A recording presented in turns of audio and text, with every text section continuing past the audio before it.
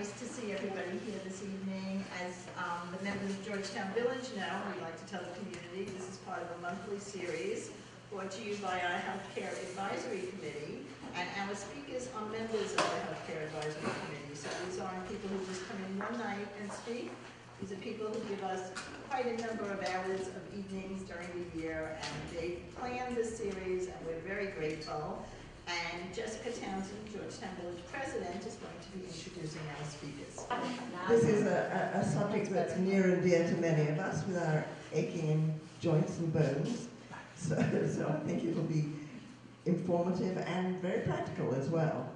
And I think we have a terrific pair of women talking to us. We'll start off with Dr. Janet Selway, who earned a Doctorate of Nursing Science from Johns Hopkins and a Master of Science in Nursing from the University of Maryland.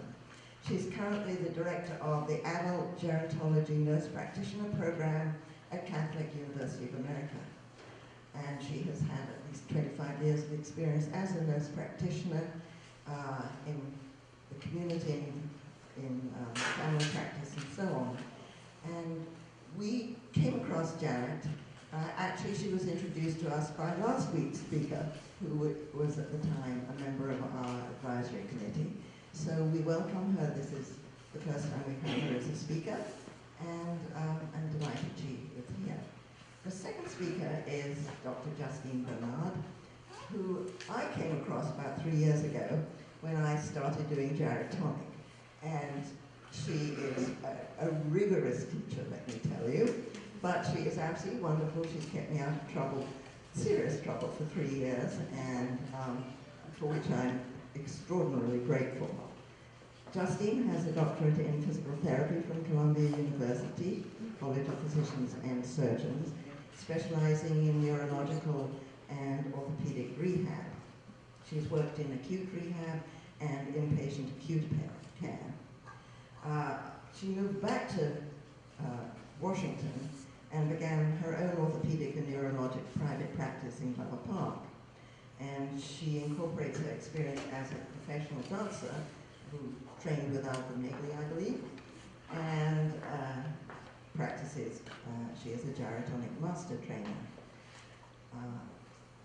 She is going to give us, I think, practical, useful things that we can do to help our bones and our joints. So I will hand it over right now to Janet. Hi, I'm delighted to be here. Can you all hear me? Yes. Do I need to use that mic? Am I okay? Am I better? Okay. I'm used to teaching in a classroom, so. All right, so I'm going to talk tonight about a few things that I hope will help you with arthritis. I would ask if you could hold your questions till I'm finished, just because I don't want to cut into Justine's time, so thank you for that. Okay, so let's have a little history lesson here, all right? So where did the word arthritis come from? It came from the Greek word, and I don't know Greek very well, but I think that would be pronounced arthron, okay? So it has to do with joints or two things coming together. As I was preparing this lecture, I found it interesting that the very first reference to arthritis was all the way back in 1500 BC. And it apparently, what looked to be probably rheumatoid arthritis was very prevalent among Egyptian mummies. So it was quite a problem back in ancient times. And even Hippocrates himself in 400 BC wrote about arthritis.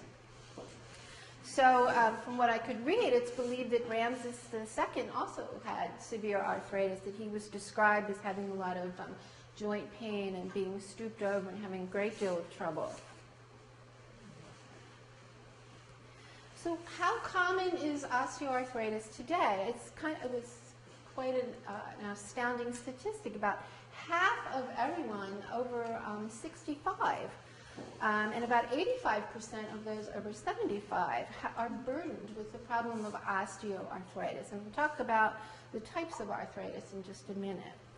And you might find it interesting to know that it is not caused by age alone. So it is not caused by aging. Certainly more prevalent as we age, but it is not caused by the aging process alone. So one anecdote that might illustrate that, I thought this was a kind of interesting story. So a 75-year-old man tells his doctor that his knee hurts. And the doctor says, well, that's just because you're getting old. And then the man answers, well, my other knee is just as old and it doesn't hurt. Okay? So I thought that made that point. So what are the causes of osteoarthritis? Well, there are age-related changes to cartilage, but as I said before, age alone is not sufficient to explain, why we get osteoarthritis. We do know that obesity causes stress on our weight-bearing joints, so our hips and our knees. And I, have this in my family, osteoarthritis and obesity, as probably many of you in the audience do. And I was just determined, I was tired of my knees hurting, so I will brag about myself and say that I did lose a significant amount of weight in the past year, and my knees don't hurt anymore. They really don't. But it took me a long time, it took me a very long time. Injury, trauma, and not just trauma where there's a big hit to your joint, but repetitive trauma. So doing the same thing over and over again. When I was in family practice, I actually had a fair number of patients who worked on an assembly line, and they would come in with their elbow and their, and I said, well, what do you do on the assembly line? And they would mimic, show me what they did, and I could see this is repetitive, what we call micro trauma to the joint. And then, our family history plays a great role. And I can see in my family osteoarthritis really causing some problems, and I thought, I'm headed right down that path, so I need to get busy here. Practice what I preach. So, okay, so this was a cool story. This is an ancient arthritis treatment, they think. So these are catfish. Okay, so in reading up for this lecture, I learned that the ancient Egyptians used this particular type of catfish that was native to the Nile River because it had an electric shock of about 300 to 400 volts. I think there's, not that I know a lot about fish, because I don't, but 3 types of catfish, I think, or 3 types of sea creatures have some type of electric shock. And so they would use the catfish to give a shock to the joint. I guess it wasn't too effective because there's not a big demand for catfish these days, but I thought it was an interesting story. So there's over 100 types of arthritis. I promise you we're not going to talk about all of those tonight because you'll be sleeping. But the most common, the 3 most common are, of course, osteoarthritis, and I'm going to talk about the differences between the 3, and then also rheumatoid arthritis, 2 different diseases, and then gouty arthritis. So let's take a little bit look at this. So you can see there on the left is a normal joint. You can see the bone, and you can see the synovial fluid, which is the joint fluid that's sort of like the lubricant in our joints. And then there's this tissue that surrounds the joint called the synovium, or the joint capsule. And then with osteoarthritis, the one in the middle, we've got destruction, wearing away of cartilage. So when it gets really bad, you get bone on bone, and bones start rubbing together, and that hurts. That's really painful. Where rheumatoid arthritis is a type of disease that's an inflammatory disease. So it causes inflammation in the joints rather than wearing away of cartilage. And it can cause inflammation in other parts of the body as well. So you've probably heard of autoimmune disorders where the immune system for some reason just starts attacking the body in different areas, like ulcerative colitis might be one, where the immune system for some reason just starts to attack the colon. Well, in rheumatoid arthritis, the joints are one of the prime sites for inflammation. So because they're different processes, the treatments may be a bit different. And then there's gout, and gout is really, it's an imbalance of a substance that we all have in our blood called uric acid, and either you make too much or you don't excrete enough, and so it crystallizes, and then crystals start to form in the joints. And for some reason in the big toe, that particular joint is one of the most common and one of the first joints for gout. And for some reason it seems to bother men more than women. So, one of the old terms for arthritis, I think from the South. I don't know if there's anyone here from the southern states. Is Uncle Arthur. Has anybody ever heard that term for arthritis? Good old Uncle Arthur. And I had a lot of patients that would say, yeah, Uncle Arthur is really bothering me today. And I knew exactly what they were talking about. So a few ways to improve life living with Uncle Arthur. So what I'm going to talk about tonight, probably over the next 20 minutes or so, about weight, exercise, activity. I'm going to talk about medications too, because there's a lot of medications and there's things people need to know who are taking these medications. A little bit about complementary alternative medicine and a little bit about when joint replacement might be indicated. So let's talk about weight. I was bragging, so I worked hard so I can brag about losing weight. All right, so obesity, we do know that is very much associated with the development of osteoarthritis. And indeed, I've had surgeons tell the patients that I've had, I don't really want to operate on you until you've lost about 30 pounds. That may be a lot for some people, but even just trying to lose 5% of your current body weight is going to give you a lot of benefit.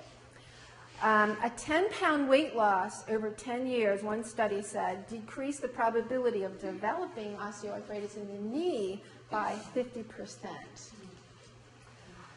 And then another study I looked at compared diet by itself, exercise by itself, and then diet and exercise together. And guess which one won? Diet and exercise together. There was more weight loss, there was better pain control, better quality of life, and faster walking speed. So combining the two together really made a difference. So now I have a test question, because you know I'm a teacher. So which one is the best diet? I'm a fan of Weight Watchers, actually. How about Atkins? Anybody try the Atkins diet? It works. I couldn't tolerate it. I couldn't stand. I missed my carbohydrate. I just couldn't do it. So Medifast, expensive.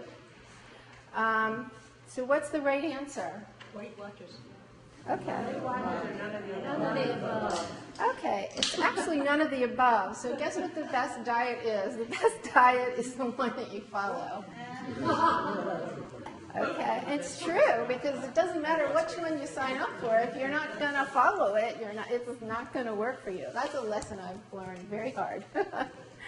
Okay, so let's talk a bit about exercise. And I'm not going to show you exercises because we've got Justine, the physical therapist, who's all ready to show you some exercises. I'm just going to talk about some of the general principles of exercise. Okay, so there's goals of exercise. What do you want to do with exercise? You want to reduce pain. So some folks with arthritis, they don't want to move because it hurts. Okay, so things just keep getting worse. But it may hurt initially, but as you keep exercising, it does actually begin to reduce the pain, improves your function. Okay, and you want to also protect your involved and at-risk joints, which I'm going to touch on in just a minute. And then prevent disability due to inactivity. So if you sit and you do nothing and you're sedentary, your joints are just going to get more stiff, your arthritis is going to get worse. So you have to move in some way. And I know Justine's going to really show us some good moves. Right, Justine?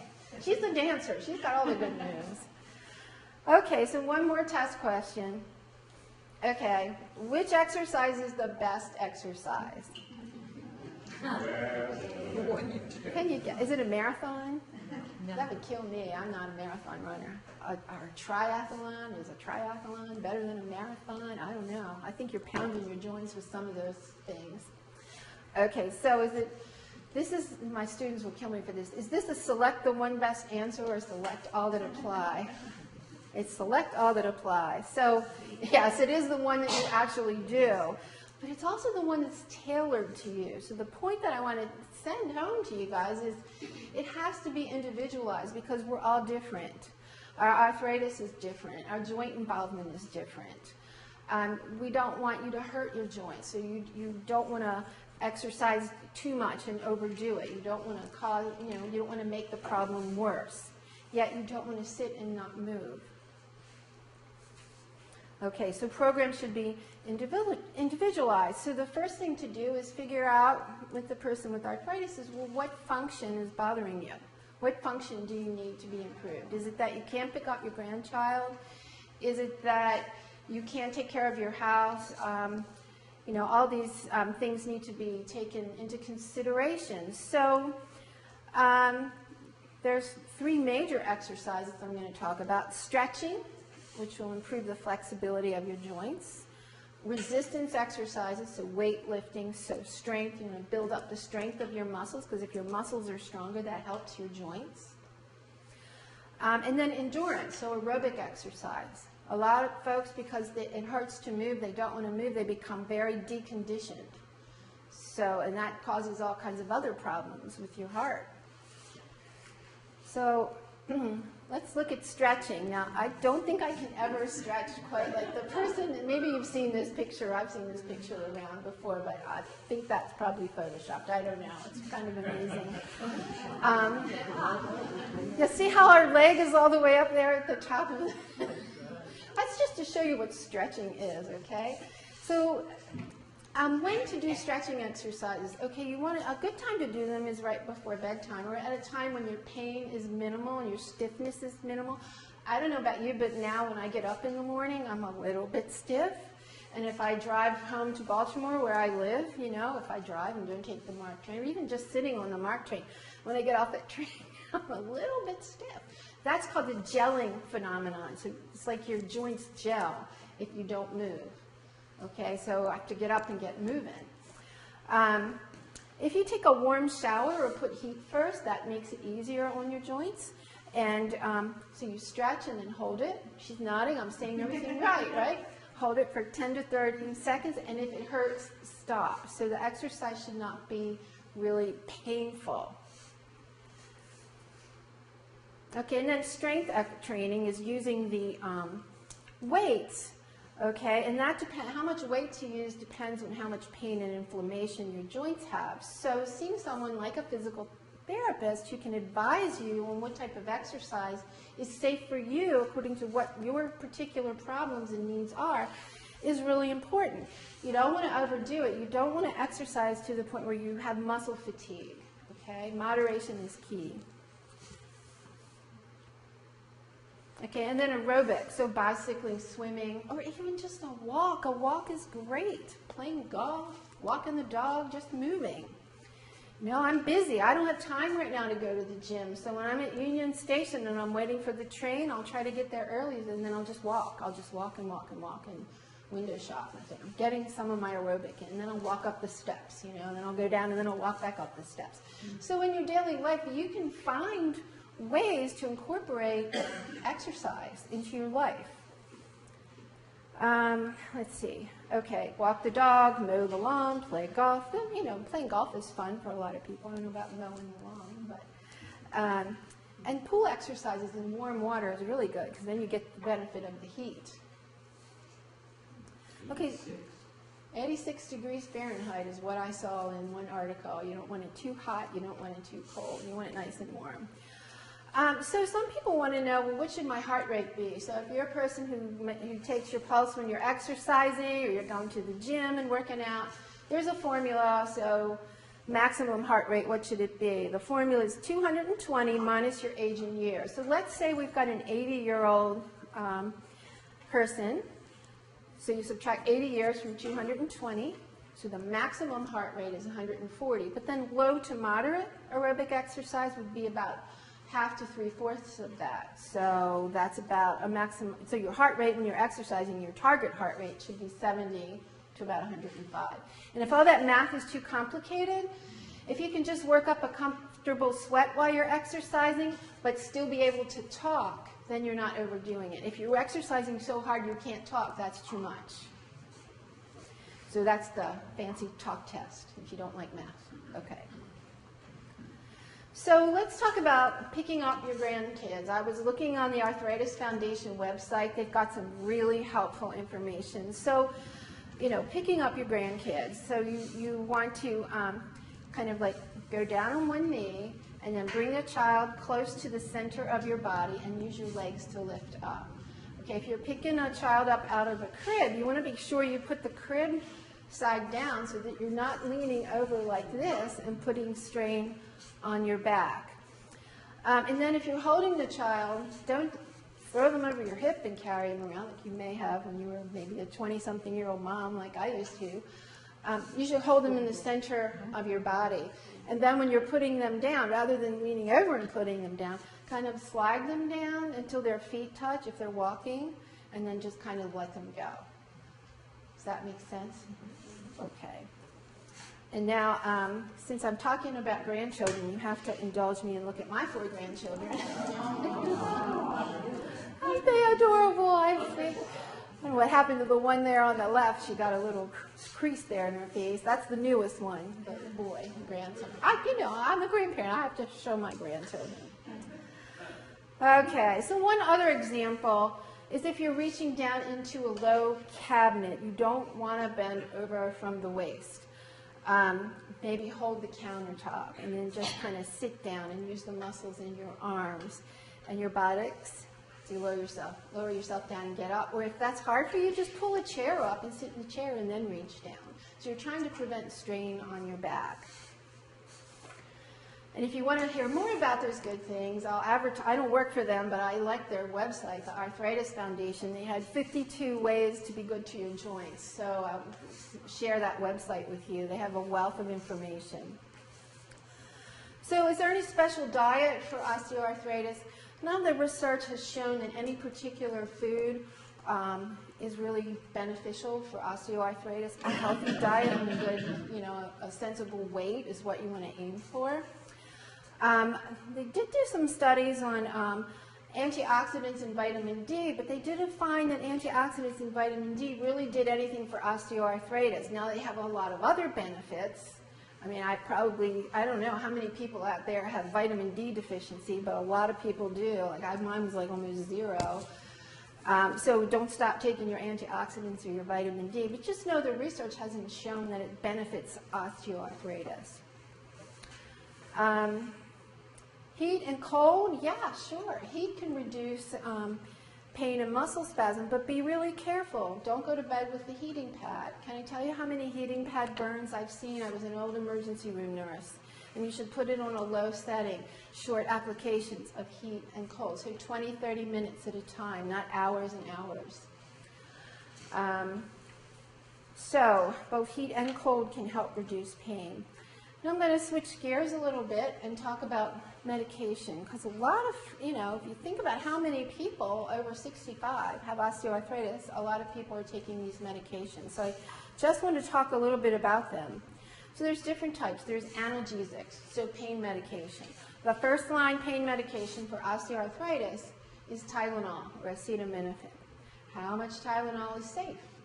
You shouldn't take more than 4,000 milligrams total in 24 hours. So think about a 500 milligram tablet of Tylenol. How many times a day are you taking it?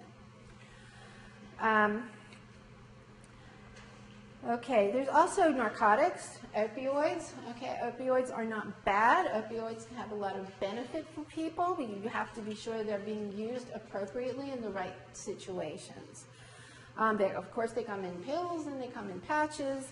And when are they indicated? Usually if the person has no response at all to the anti-inflammatory meds like ibuprofen or to Tylenol, or injections of steroids in the joints, or they're not a good candidate for surgery, then that person may need to be on some opiates. But they need to have them from one person prescribing. They need to be monitored so that they're safe. And then there's anti-inflammatories. So those are meds like aspirin, ibuprofen, naproxen, sodium. There's a whole bunch of them out there. So what do? Well, there's this substance in our body called prostaglandins. And prostaglandins can cause pain and inflammation, but they also do good things. They protect our stomach lining. So if you're taking an anti-inflammatory like ibuprofen, you have to worry about your stomach. So if you get any kind of stomach pain, or you see any blood in the stool, or I had one patient come to me who thought he had a sinus infection. And he said he felt lightheaded, and he thought it was his sinuses. And I took one look at him, and I thought, you're bleeding somewhere. And indeed he was. He had a bleed going on, and it was because he had been taking an anti-inflammatory. Now, every drug, there's a balance there. There's good things and there may be bad things, but you all need to be aware if you're on long-term Anti-inflammatories, you should be getting your blood checked like probably every 6 months with your primary care provider to be sure your liver and your kidneys are doing okay. Okay, so you also need to let your primary care provider know about this if you're taking ibuprofen all the time, because it could interfere with other drugs. Certain diseases can, there can be a problem because some anti-inflammatories cause you to retain fluid. So like if you have congestive heart failure, could make that worse. I've talked already about gastrointestinal problems, but also kidney problems. So if you have kidney disease, I know like stage 4 or 5, which is pretty late stage kidney disease, shouldn't be taking these medications at all. So I have that little symbol there of a balance. So with drugs, there's always a benefit and a risk. And then there's steroids, okay, prednisone. Oh, they work really well. They're very powerful anti-inflammatories, and sometimes that's all a person can be on for any relief, but they do have a long, long list of side effects at high doses. Joint injections with steroids usually work extremely well.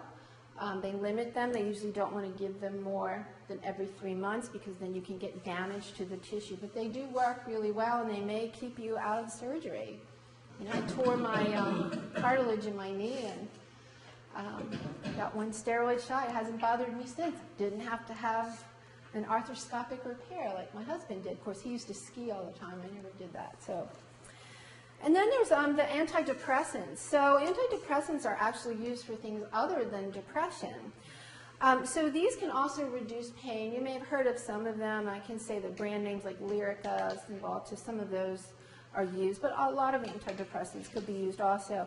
And so these work on the same chemicals that can affect mood in a negative way can also cause pain. So sometimes it does work to reduce pain. And then some of them work in the spinal cord to reduce pain signals in the brain. So there are some benefits. And now, rheumatoid arthritis, if you remember, is an inflammatory disease process. So their drugs are different. So these drugs that I have up here are not going to work in osteoarthritis. So there are disease-modifying anti-rheumatic drugs. And there's the biologics. That's just the names of those categories. And those help they suppress the immune system. Okay, that's how they reduce inflammation, and they work very well. So if you're on any of these, you have to know that if you have an infection of some type, you need to let your provider know because your immune system is being suppressed. So my son's on one of those drugs not for rheumatoid arthritis, but for another problem, and he calls me, Mom, I got a fever, he's 30 years old, in his 30s, I got a fever and I don't feel well, and I'm like, oh my God, call your doctor, call your GI person, let them know you could get really, really sick. So you just need to know that, and I named some of them up there, but I won't read all those names off to you. There's also topicals, so creams and lotions and gels that go through your skin that can help your joints. Capsaicin, that comes from red pepper, chili pepper. And so what does it do? It confuses your pain signals. So you put it on over the joints, and it may reduce the pain. Don't get it in your eyes. Okay, you'll be sorry. It does something with something called substance P that lives in the nerve cells. So it depletes that, and by doing that, it helps reduce pain. Then there's counter irritants. So those are things like menthol, eucalyptus, and that also confuses the pain signals. Salicylates, that's in the aspirin family, so it's aspirin type or anti-inflammatory type drugs that you can use. And then these are not usually used alone, they're usually used in combination with other arthritis meds. And then joint injections, the steroids, as I said, work usually pretty well to reduce inflammation. And then there's see if I can say this word, hyaluronic acid, okay, Synvisc is the brand name. And so that's similar to cartilage. It's like it lubricates the joint or cushions the joint. And it can, I think 3 injections from what I read, can give you pain relief for osteoarthritis of the knee up to about 6 months. So this particular injection is only indicated for osteoarthritis of the knee. I've seen it used to help delay knee replacement surgery. So patient I'm thinking of, the surgeon said, try this and lose 30 pounds, and then let's see if you really still need surgery. I think eventually she did lose the 30 pounds. She did still need the surgery. And it's made from the combs of roosters. So now that I've talked about all those boring drugs, there's a cartoon up here. So I don't know if you can read it. It says, the top prescriptions for your arthritis, but it might cause a heart attack. And the second prescription should prevent a heart attack, but it could damage your liver. So this is just to illustrate that everything is a balance with medications. So what about some other things like Chinese medicine? So herbs, massage, acupuncture, relaxation. Some studies support them, but some don't, so it's still sort of a mixed bag out there. I would say if it helps you, that's great. I don't know, acupuncture seemed to be slightly better than sham needles, which were just pretend acupuncture, like the person wasn't real, like in the study, they weren't getting the needles in the acupuncture point, so they didn't really know if they were getting real acupuncture or just needles.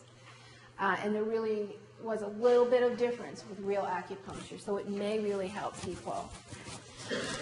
So if you're taking Chinese herbs, I know nothing about Chinese herbs, although I had the privilege of going to China several times and seeing some of the Chinese traditional medicine hospitals and seeing the herbal pharmacies, which were totally fascinating.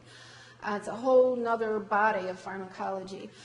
If you're taking herbs, just be sure whoever's prescribing other medications for you knows about it, because there can be interactions between drugs and herbs. And there are some very good references.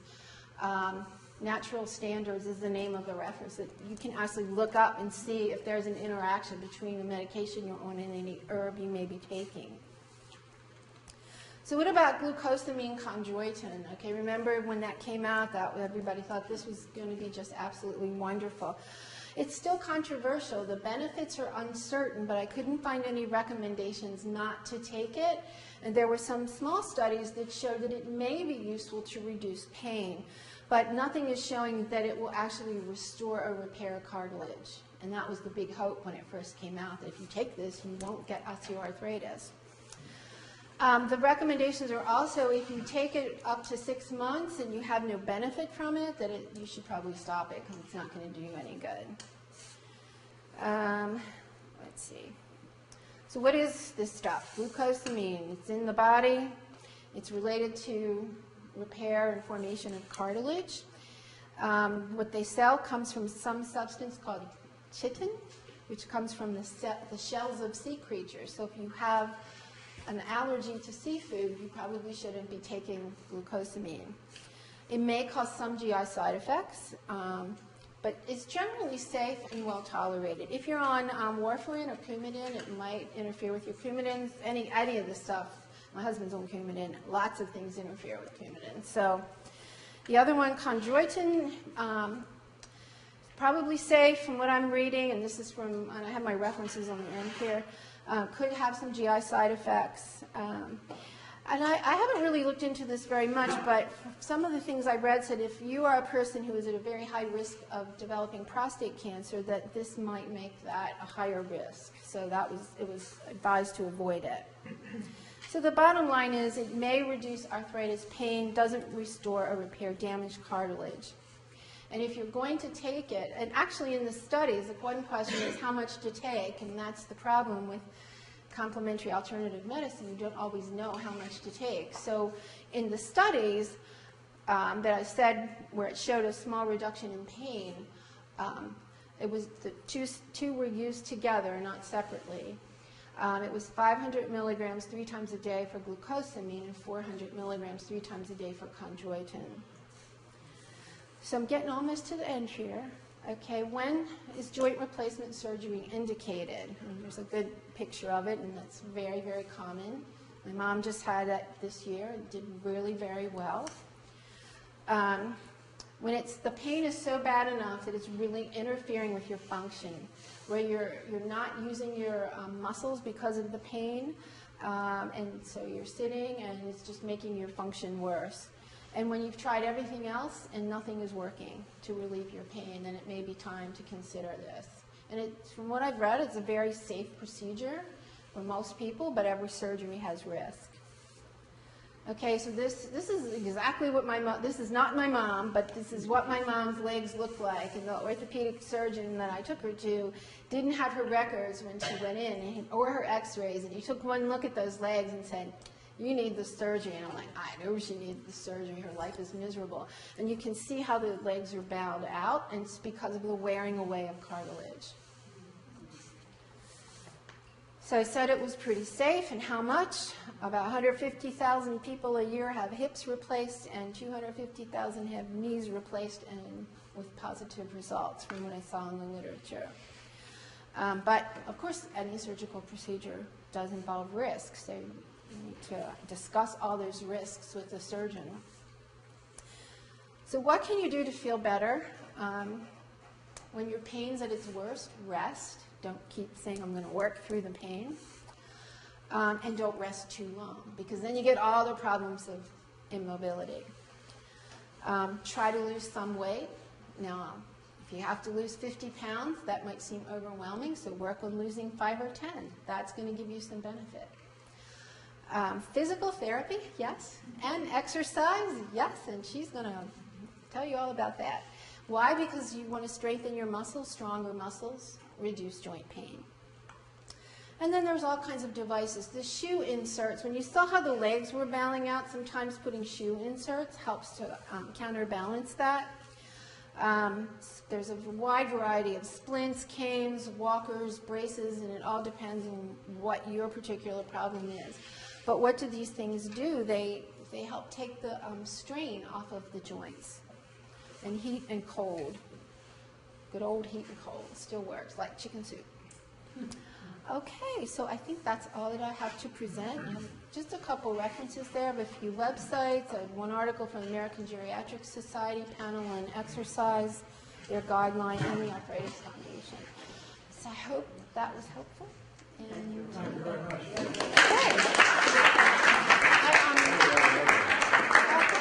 I have copies of my slides, but I know that I'm going to email them to Lynn, who will put them on the website.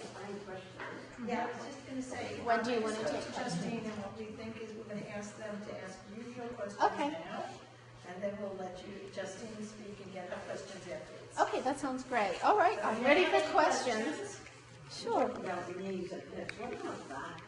Oh, well, back pain is huge. You have osteoarthritis of the spine, and that's also known as degenerative disc disease. I hate that word degenerative, but that's the word that I feel like I'm degenerating every day.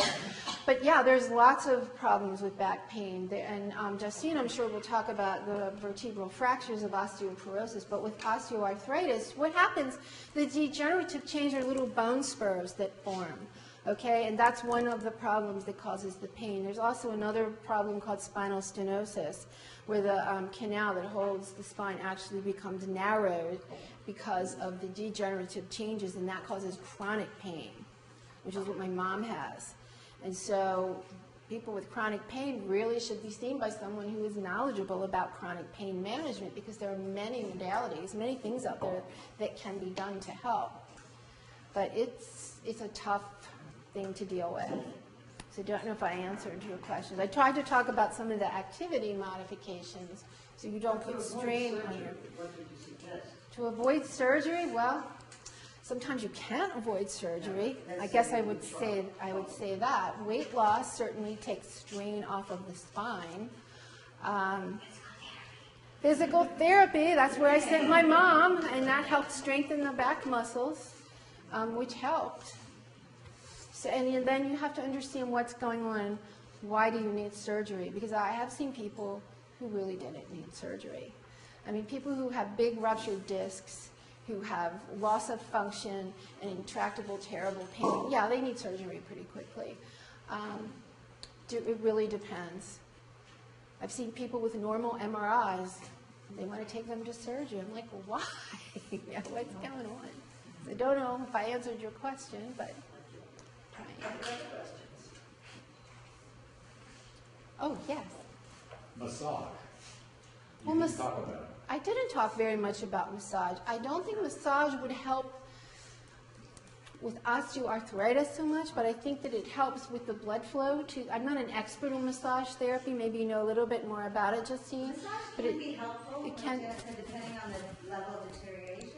But if sometimes, for example, arthritis under the topical joint, if the tracking is off of the patella, then the arthritic pain can be quite painful, and you get a massage, and even on your quads, then it starts tracking better, and then it's not as painful. So it depends on the location, the severity, so it can be. So I guess what I was, and jump in here, I guess what I was trying to say is it maybe doesn't specifically work on the joint, but it may help the muscles and then would help the joint. Does that make sense? It's strengthening the muscles, improving circulation to the muscles, decreasing muscle spasm, decreasing stress. I love it. Maybe it depends too on how complete the massage is.